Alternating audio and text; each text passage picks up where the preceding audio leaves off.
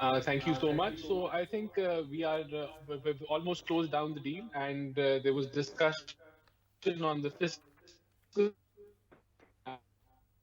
and we agreed the new target should increase by 422 billion, and that there is agreement on that.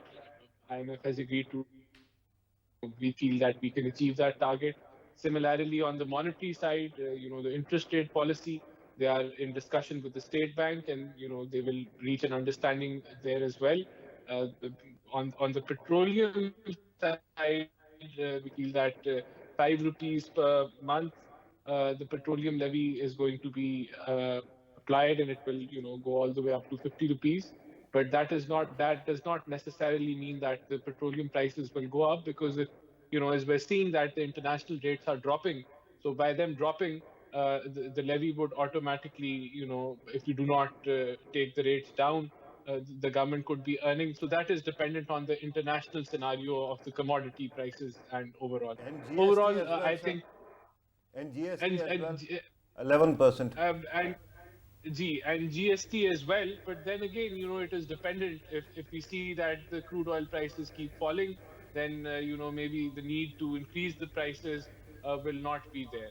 But let me tell you that why this was a must, and why we should have a sign of relief, even though all these measures are going to be inflationary, and there's going to be a burden. We're going to see that there's going to be double-digit inflation. But the fact is that where we're standing today, that is almost $9 billion of reserves, and that too, what are spendable are even less.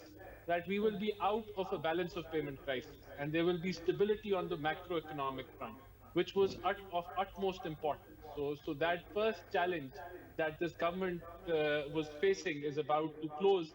And similarly, there is good news that three Chinese banks, consortium banks, have signed the 2.3 billion loan agreement.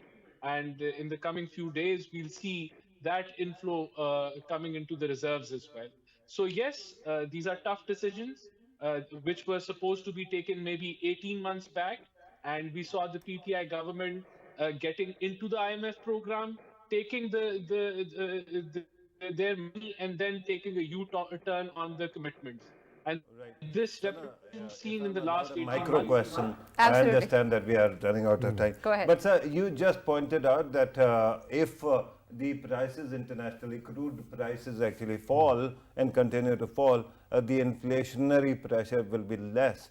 The question is it not the usual trap of an optimistic policy maker that things are going to go your way? There's always a possibility of disruption. What are you going to do then?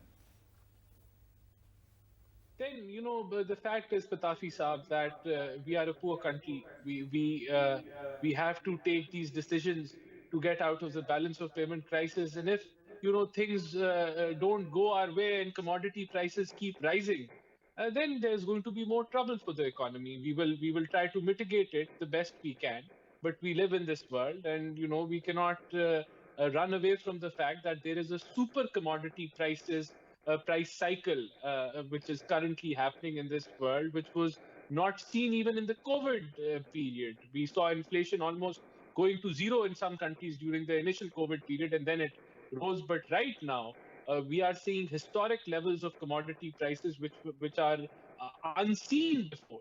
So yes, this is an extraordinary time in the world.